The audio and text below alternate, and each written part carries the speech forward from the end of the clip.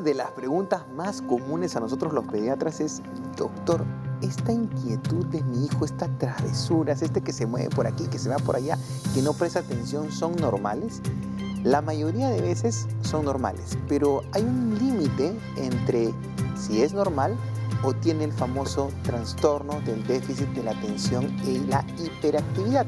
Y de eso vamos a hablar el día de hoy. Efectivamente, de hecho es algo que cada vez está más, ¿no? Digamos, sobre la mesa, porque se ha empezado a ver que no solamente es en los niños, sino que hay adultos que también lo tienen, pero es importante poder diagnosticarlo porque hay ciertas señales, ¿no? Que, como dice Roberto, que hay que tomar en consideración, porque si uno presta atención a esto y podemos diagnosticarlo a tiempo, podemos darle herramientas al niño para que pueda crecer y pueda, digamos, desenvolverse de una manera adecuada sin que tenga algún problema, sobre todo, por ejemplo, en la etapa de escolar, ¿no? Que es cuando generalmente suele haber ahí un poquito de complicaciones o de trabas. Es verdad, y de hecho, tomando la idea de las herramientas, yo tengo TDAH, o sea, recién me lo han diagnosticado hace unos 2-3 meses. Aquí mis amigos no se sorprendieron cuando les dije que tenía TDAH. Qué raro, ¿tú? Que no te distraes. Pero efectivamente, yo cuando estaba en el colegio se me complicó muchísimo estudiar. Y yo recién en la universidad descubrí herramientas por mi propia cuenta que me permitieron prestar atención. Y si lo hubiera diagnosticado en un momento temprano, hubiera sido una maravilla. Pero vamos a seguir hablando de esto y vamos a entrar más a fondo con la invitada que tenemos el día de hoy. Ella es María de los Ángeles, que es psicóloga especialista en neurodesarrollo. María, ¿cómo estás? Bienvenida. Muchísimas gracias, feliz, contenta de la invitación y la oportunidad para poder hablar de este importante tema. Buenísimo, gracias en verdad María por estar aquí con nosotros y empecemos por lo más básico. ¿Qué es el TDAH? ¿Trastorno de...? Trastorno por déficit de atención e hiperactividad, ¿no? Es conocido generalmente por estas siglas TDAH. Y es una alteración de origen neurobiológico. Esto es muy importante porque hay una base neurobiológica que revela un patrón de conducta en niños, adolescentes y adultos que se caracteriza por una dificultad para focalizar y sostener la atención, por un nivel de actividad superior a lo esperado para la edad del niño o de la persona, y también por esta dificultad para regular la conducta, los pensamientos, las emociones, que se conoce como impulsividad, ¿no? Es de origen neurobiológico, hay un factor genético que está también ahí presente y hay factores ambientales que pueden interactuar con todo esto. Actualmente el TDAH se conoce como una alteración en las funciones ejecutivas, que esto es muy importante, ¿no? Porque tiene que ver con estas habilidades, por ejemplo, que tiene la persona para planificar, para organizarse, para controlar la conducta y para poder evaluar cómo van sus comportamientos, ¿no? María, hay en relación justamente en el tema de los niños, ¿no? ¿Cómo evaluar a un niño para poder saber de repente cuáles son algunos signos, síntomas, señales que de repente los papás o en todo caso los profesores pueden reconocer? Porque me imagino, como decía Roberto, ¿no? Los niños digamos, tienen un montón de energía, ¿no? Entonces, ¿cómo saber en qué momento, oye, podría ser que tenga este trastorno o esta condición? Es muy importante un diagnóstico precoz, como tú bien has mencionado, porque mientras el diagnóstico sea precoz, la intervención va a ser mucho más oportuna y pertinente. Es importante darnos cuenta que cuando hay un caso de TDAH son los papás, son los profesores y son el pediatra, generalmente el que se da cuenta de que algo está pasando con este niño que revela en su conducta, que son los indicadores tempranos, generalmente antes de los 7 años, por ejemplo, un nivel de actividad mayor a lo esperado para su edad, ¿no? Los chicos se mueven efectivamente, pero tiene que ser un nivel más elevado. Esta dificultad, por ejemplo, para poder focalizar la atención, terminar las tareas escolares, aquel niño, por ejemplo, que habla demasiado, que no terminas de hacerle una pregunta y ya te está respondiendo, que puede ser olvidadizo con las tareas escolares, que le cuesta organizar el tiempo, por ejemplo, para presentar algunas actividades y que socialmente también puede tener dificultades en los juegos, que eso es un indicador bien importante. Al momento de jugar, por ejemplo, no esperan los turnos, se adelantan y eso genera un conflicto a nivel de relaciones sociales. es importante también para un diagnóstico precoz, y acá viene justamente cómo diferenciamos de lo normal de lo atípico, por así decirlo, ¿no? Estas situaciones y estos síntomas que yo estoy observando no solamente se presentan en el colegio, tiene que ser en más de un ambiente, por ejemplo, la casa, con los amigos, en el colegio. Por eso es importante una evaluación que, si bien es cierto para el diagnóstico es una evaluación clínica porque la da un neurólogo, sí necesita información por los otros actores que están viviendo con esta persona, con el niño que tiene TDAH. Claro, y es muy importante lo que tú dices porque así como hacemos la evaluación clínica, hay herramientas y test para poder hacer diagnósticos precoces, es importante el impacto que esto puede tener socialmente, sobre todo porque a un niño le genera ansiedad, por ejemplo, ¿no? Si este niño ya tiene un trastorno educativo, problemas sociales, en el aprendizaje, hay que intervenir porque eso sí le puede generar problemas. No todos tienen los recursos como Chuen de poder haber generado estos recursos. Si el entorno no es bueno, probablemente no puede tener otros problemas. Y ahí va la pregunta que yo te quería hacer. ¿Cómo enfocas tú como psicóloga a estos niños? O sea, ya, tenemos la sospecha, se hizo los test, el neurólogo dice tiene TDAH. ¿Qué hacemos? Cuando uno tiene primero el diagnóstico, creo que el primer paso fundamental es la psicoeducación. Es conocer acerca del TDAH. ¿Qué es el TDAH? Desterrar mitos, desterrar ideas preconcebidas con respecto al TDAH, porque hay muchos mitos, o sea, que tiene que ver con el nivel de inteligencia, que si se concentran, o sea, siempre creo que el primer paso es el informarse acerca de lo que es, ver aquellas dificultades, pero también las fortalezas, porque un niño con TDAH no es que sea todo mal, o sea, definitivamente son chicos creativos, innovadores. Cuando uno ya tiene el diagnóstico, tiene que informarse, tiene que informar también al colegio, porque yo creo que hay una triada muy importante entre el colegio, la familia y los apoyos complementarios que pueda necesitar el niño. Como tú bien dices, el TDAH tiene diferentes grados de severidad. Cuando hay una severidad entre un moderado a un severo, definitivamente sí es importante contar con apoyos complementarios porque hay una alta comorbilidad o una asociación, como bien dices, con problemas de aprendizaje.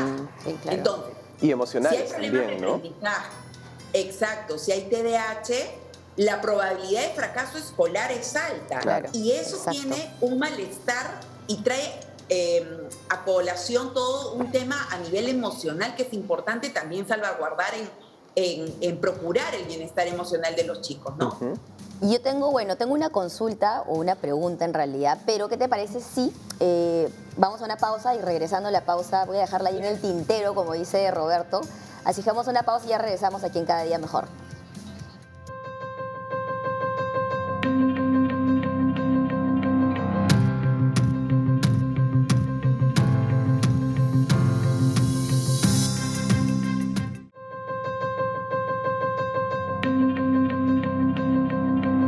Estamos de vuelta aquí hablando sobre un tema que de verdad es súper interesante. Aquí tenemos a Chuen, que ha estado compartiendo un poquito sobre lo que a él le pasaba en el colegio. Y estamos también con María de Los Ángeles, ella es psicóloga y especialista en neurodesarrollo. ¿Estás ahí, María, todavía?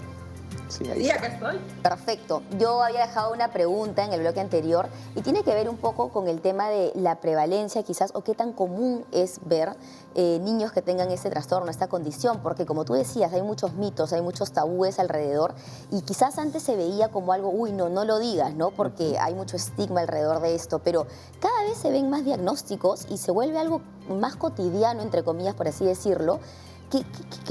¿Cuál es, digamos, la incidencia o cuántos de cada niño se podría decir que podría tener esta condición? Y también para darles un poquito más de tranquilidad a los padres, para que no se sientan que están de repente, oye, no, mi hija es la única que tiene esto, ¿no? Porque creo que por ahí hay que empezar un poquito también para poder entender que es algo quizás un poco más común de lo que pensábamos. Efectivamente, hay que sensibilizar mucho a la comunidad, a los padres acerca de este tema. La prevalencia es de 3 a 7% de la población infantil, imagínate. Wow. Estamos hablando que en un salón de 30 a 35 chicos, 1 o 2 podría tener TDAH. Entonces, es más común. Y también hay que mencionar que en el Perú, por ejemplo, no hay estudios en sí que nos hablen acerca de una incidencia o una prevalencia, pero sí nos están hablando de ciertos datos importantes que van a ir dando los colegios actualmente para poder tener una estadística y una data, pero es bastante común actualmente, ¿no? Es bastante común y es importante justamente normalizar, sensibilizar, justamente, bueno, el martes 13 se ha celebrado en el Perú el Día del TDAH, ¿no? Se ha generado el una martes ley. 13 de julio. Exacto. Se ha generado una ley de protección donde habla acerca de la detección temprana, acerca de la sensibilización, pero también con miras a establecer un plan no nacional acerca del TDAH, pero es bastante común actualmente en la población infantil y es el trastorno del neurodesarrollo más común y el que más se ha investigado en los últimos 20 a 30 años. Qué ¿no? interesante eso, María. Y ¿sabes qué? Me llama un montón la atención que claro, es una población muy pequeña, pero cuando está, a veces no sabemos cómo ayudar a las personas con TDAH, sobre todo cuando son niños o adolescentes, ¿no? A mí me pasaba que cuando salgo del colegio y postulé a la universidad, 38 universidades, estudié matemática, física, un montón, y termino dando clases particulares a niños y niñas que algunos me tocaban con algún tema de atención y de hecho encajaban muy bien conmigo porque hacíamos esta conexión. Hacían match. Claro, hacíamos match porque de repente yo sí tenía las herramientas que a ellos los ayudaban y que otros profesores que no entendían esto no podían ayudarlos, ¿no? Entonces, y por ahí va la pregunta, ¿no? ¿Qué factores o qué podemos hacer para ayudar a los niños y a las niñas con TDAH?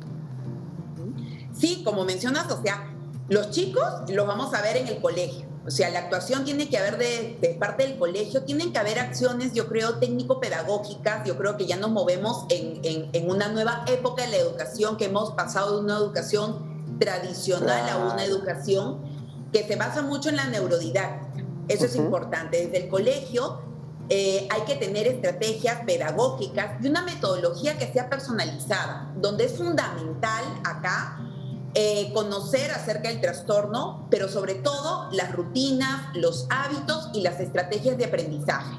Como mencionas, en la universidad tú tuviste que generar estrategias, pero si desde el colegio, desde que son pequeños, la metodología del colegio les brinda esos hábitos, estas estrategias, definitivamente le va a dar las herramientas para que puedan acomodarse a diferentes entornos, ¿no? Creo que desde el colegio tiene que ser un ambiente que sea muy motivador y que permita hacer adaptaciones curriculares cuando sea necesario, ¿no? Claro. Hay momentos donde hay que hacer adaptaciones de acuerdo a las características de los chicos.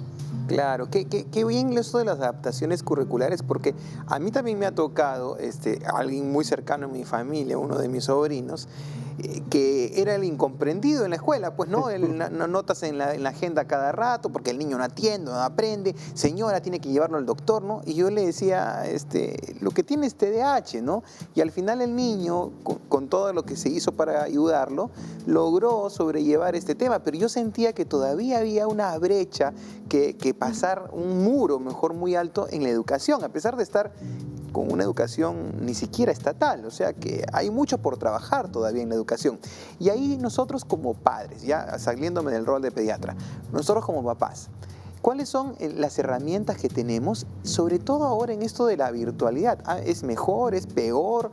Yo pensaría, hay algunos estudios que dicen que algunos niños con TDAH han empeorado porque no hay terapia, pero han mejorado en ciertas cosas porque sus clases son cortitas, de 35 minutos, y tienen que estar 8 horas en el salón sin saber qué hacer. Cuéntanos qué hay al respecto.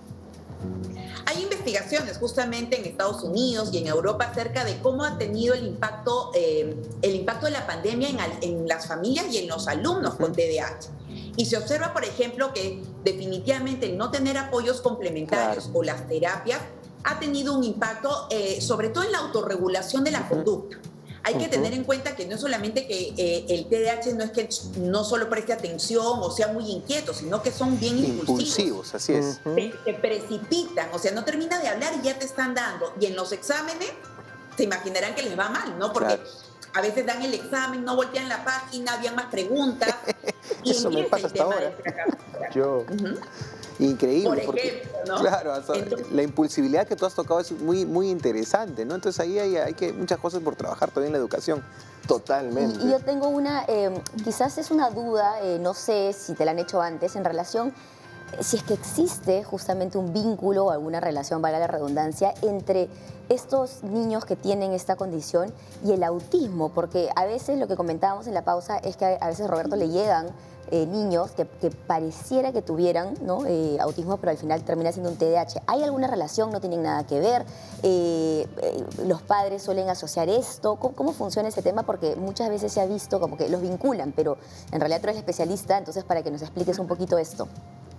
Sí puede haber una relación entre TDAH y TEA, trastorno del espectro autista. Actualmente los últimos manuales, que es el DSM-5, del cual nos guiamos para hacer los diagnósticos clínicos, te permite hacer esta asociación, es decir, se puede dar una comorbilidad.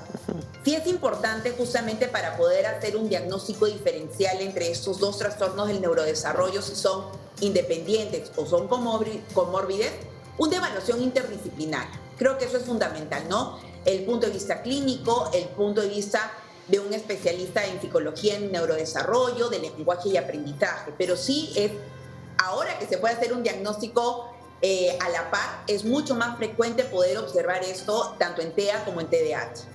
Qué interesante, me encanta. Estoy tan feliz que hayamos podido conversar contigo, María. De verdad, a mí me alivia un montón de angustias y ansiedades que uno tiene en la cabeza justamente por tener el trastorno, ¿no? De verdad, miles de gracias, María, por acompañarnos. Espero que nos puedas acompañar próximamente en otro episodio. Encantada, gracias a ustedes. Lo máximo. Oye, yo la verdad... Concéntrate, por favor. Concéntrate. Voy a concentrarme en lo que voy a decir. Lo que pasa es que, claro, en el colegio, no lo veo solamente en mí, lo veo en muchas otras personas que he conocido que también tienen TDAH, que les iba emocionalmente mal. O sea, ya no solamente es en cuestión académica, sino que emocionalmente crees que eres bruto, te dicen que eres bruto, te hacen pensar que eres bruto, ¿no? O sea, que no eres inteligencia, que no tienes inteligencia desarrolladas. Y más bien, después descubres, como bien dijo María, que el TDAH está asociado a la creatividad, porque justamente la creatividad tú tienes que pensar en esa divergencia de ideas, de propuestas, lluvia de ideas. ¿Cómo? Neurodivergencia, lo que estábamos hablando en el programa anterior. Exacto, entonces... una persona con TDAH tiene esta capacidad y por eso da soluciones creativas, diferentes, claro, que uno dice, ¿de dónde sacó esto? ¿Cómo se le ocurrió? Y tú sabes que yo también conozco más personas de las que pensaba que tenían ese trastorno y es algo como...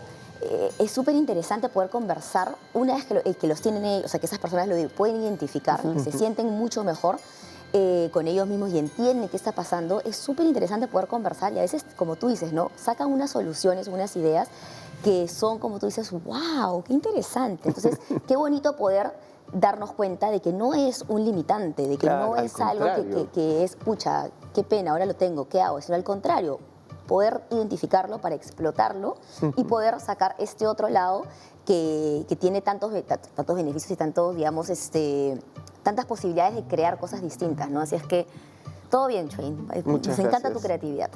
Convertir la debilidad en una fortaleza. Vamos a ir a una pausa y ya regresamos aquí en Cada Día Mejor. No se vayan. Eso es.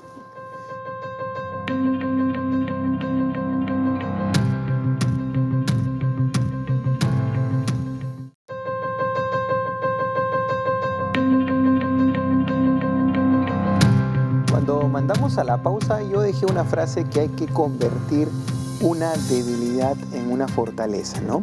Y eso es, y lo hemos estado conversando durante la pausa, muchas personas con trastorno del déficit de la atención asociado a la hiperactividad deben de convertirlo esto en una fortaleza porque puede ser una herramienta muy valiosa, ¿no? El punto está en no crear esos tabúes, no estigmatizar a las personas con TDAH. Le van a dar un medicamento para que tome, lo están medicando, está yendo a terapia. Al contrario, está yendo porque probablemente después de la terapia sea mucho mejor de lo que era antes y mucho mejor que los del promedio. Sí, eso es súper importante y creo que también lo que tú mencionabas, ¿no? Cómo tú puedes conectar o has podido conectar con ciertos estudiantes porque tienes quizás las herramientas y yo creo que aquí tiene que haber una responsabilidad colectiva y sobre todo de los institutos o instituciones o organismos que están relacionados a la educación, en donde puedan también dar diferentes herramientas a estos niños para que puedan aprender. Yo también, yo no tengo este trastorno, pero yo no soy muy pegada al método tradicional de leer y estudiar. Yo uso muchos colores, por ejemplo, ¿no? Entonces, ¿cómo me di cuenta? Probando. Entonces, hay diferentes estrategias, hay personas que son más visuales, hay personas que son más de auditivas, entonces, diferentes herramientas que te ayuden. De repente, mientras estudias, puedes estar jugando con algo y eso a ti te ayuda a estar concentrado en lo que estás haciendo. Entonces yo creo que eso también es importante y poder hacer que esto sea más, que haya una diversidad, ¿no? en el método de educación para que pueda ser inclusivo para todo tipo de niños y de niñas. Efectivamente, y ¿sabes qué? Por ejemplo, en la universidad es cuando yo descubro que necesitaba hacer otra cosa para prestar atención. Y lo que en el colegio me decían, oye, mira la pizarra, claro. y era lo peor para mí, ¿no? Entonces, en la universidad descubrí que podía jugar solitario en el iPod y era la mejor herramienta o estrategia que tenía para prestar atención. Y era el único que estaba comentando, levantando la mano, etc. Pero bueno, podemos conversar más de esto luego. Ahorita vamos a ir a una nota con Goni Alvites, ella es psicóloga que nos va a enseñar un poco más sobre el TDAH. Vamos a la nota.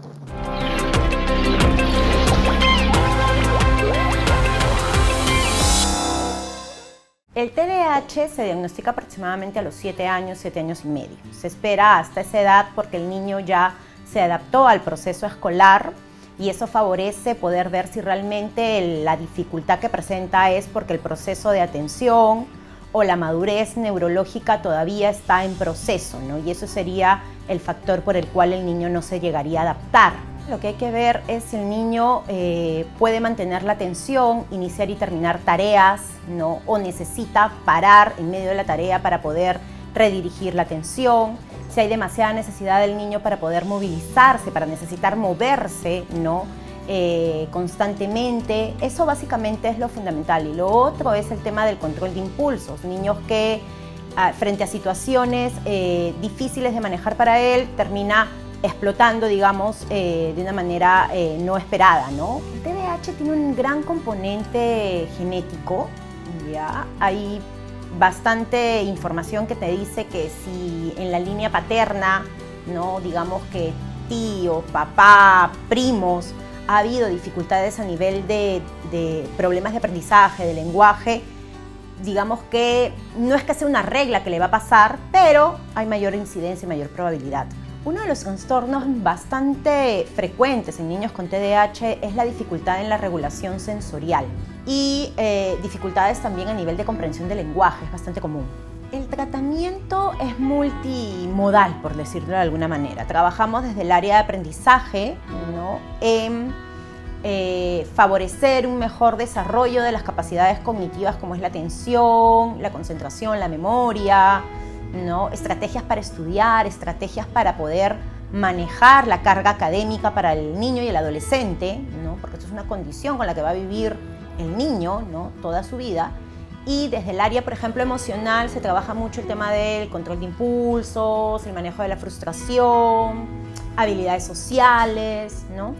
Entonces, sí. Y en algunos casos hay niños que requieren de medicación, entonces trabajamos de la mano con el neuropediatra. Lo que sucede es que a veces hay niños que necesitan de este apoyo químico para favorecer que tengas mayor disposición para trabajar a nivel psicológico, ya sea en procesos cognitivos o sea en procesos emocionales, ¿no?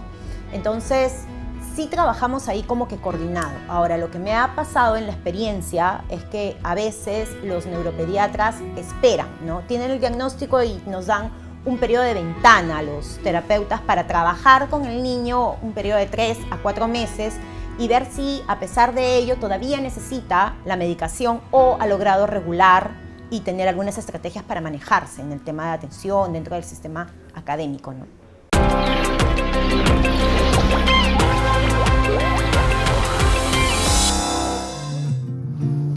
Es un tema que yo hablaría un montón, pero se nos ha ido el tiempo volando. Así es.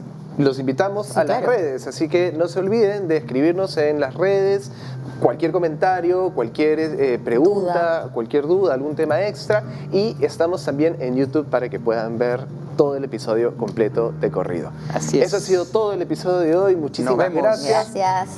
Cuídense. Atención, Adiós. atención.